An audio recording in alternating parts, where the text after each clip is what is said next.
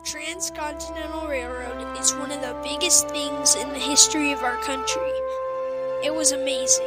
It expanded the country because you could travel faster. In his book, Nothing Like It in the World, The Men Who Built the Transcontinental Railroad, Stephen Ambrose said, next to winning the Civil War and abolishing slavery, building the first transcontinental railroad from Omaha, Nebraska to Sacramento, California, was the greatest achievement of the American people in the 19th century. In 1848, the California Gold Rush was discovered. Many people came to America to get gold. Many Chinese people came. Years later, when the Transcontinental Railroad was being built, the railroad tried hiring people, but not many applied because the job was life-threatening. The Central Pacific Railroad thought the Chinese men could not do the job, but there was nobody else doing it, so the railroad hired the Chinese people to build.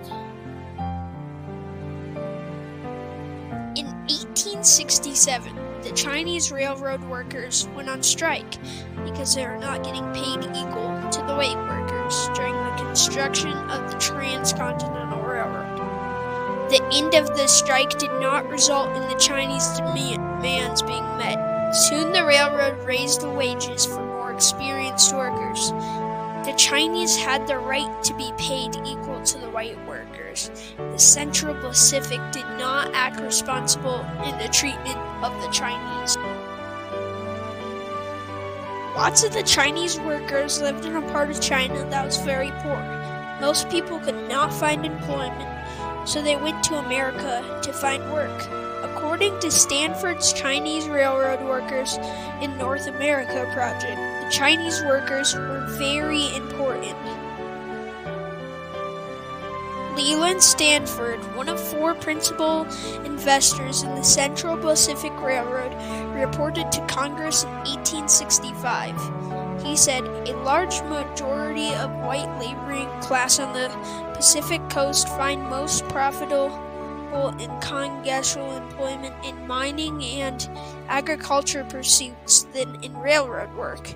The greater portion of laborers employed by us are Chinese, who constitute a large element of population of California. Without them, it would be impossible to complete the western portion of this great national enterprise within the time required by the acts of Congress. According to the Stanford Project, 10,000 to 15,000 Chinese workers were making the first transcontinental railroad. They worked on the hardest part of the whole railroad, in the western part of California, which was mountainous. They had to blow out parts of the mountains, which are very dangerous. The Chinese got paid $26 a month. The white workers were paid more for the same work. The Chinese people lived in tents, but the white workers got to live in train cars. Charles Crocker, one of the founders of the Central Pacific Railroad, admitted that they were racist against the Chinese in his testimony to Congress of the United States on February 27, 1877. He said, I believe that all our people were prejudiced against Chinese labor and that there was a disposition not to employ them. On June 19, 1867, a massive explosion from making tunnels killed 5 Chinese workers. After that, the Chinese went on strike because they were not getting paid equal to the white workers. The strike on June 27, 1867, lasted for 8 days. They stopped working, but the strike was not violent. A Sacramento union reported the workers also protested the right of the overseers company to either whip them or restrain them from leaving the road when they desired to seek other employment. At the time, this was the biggest strike ever, with 3,000 Chinese workers. The Chinese did the strike responsibly. According to Stanford Project, Crocker recalled that if there had been that number of white laborers on strike, it would have been impossible to control them. But this strike of the Chinese was just like a Sunday all-along work. These men stayed in their camps. That is, they would come out and walk around, but not a word was said. No violence was perpetrated along the whole line. While not violent, a French traveler described the striking Chinese workers as defiant, arrogant, and swaggering, who left their pickaxes buried in the sand and walked around with arms crossed.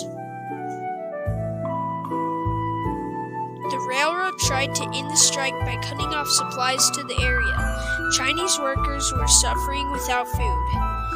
There were some threats of violence made to the Chinese, so the Chinese ended the strike after 8 days. After the strike, the railroad quietly raised the wages for more experienced workers. In an article called "Building the Transcontinental Railroad: How 20,000 Chinese Immigrants Made It Happen," Leslie Kennedy interviews Stanford professor Gordon Chang. Chang says they scared the pants off the company leaders. The railroad did not fire the Chinese because they were the best at building tracks. The railroad needed the Chinese workers. The Chinese workers affected the Transcontinental Railroad a lot. They made it very easy to travel. According to the Desert News, Gordon Chang said, without the Chinese migrants, the Transcontinental Railroad would not have been possible.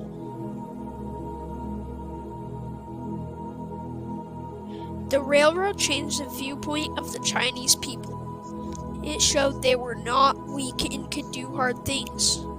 It showed that the Chinese were responsible while doing the strike.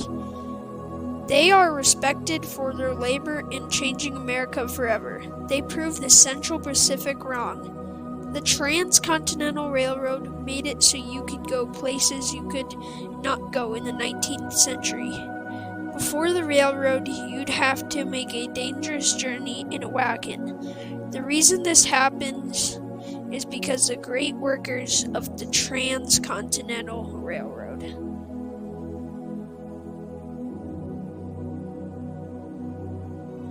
The Chinese workers lived in a part of China that was poor, so they went to America to find work. The railroad hired them. They were not getting paid equal to the white workers, so they went on strike, and the railroad raised the wages for more experienced workers. That is what happens in the strike of the Chinese.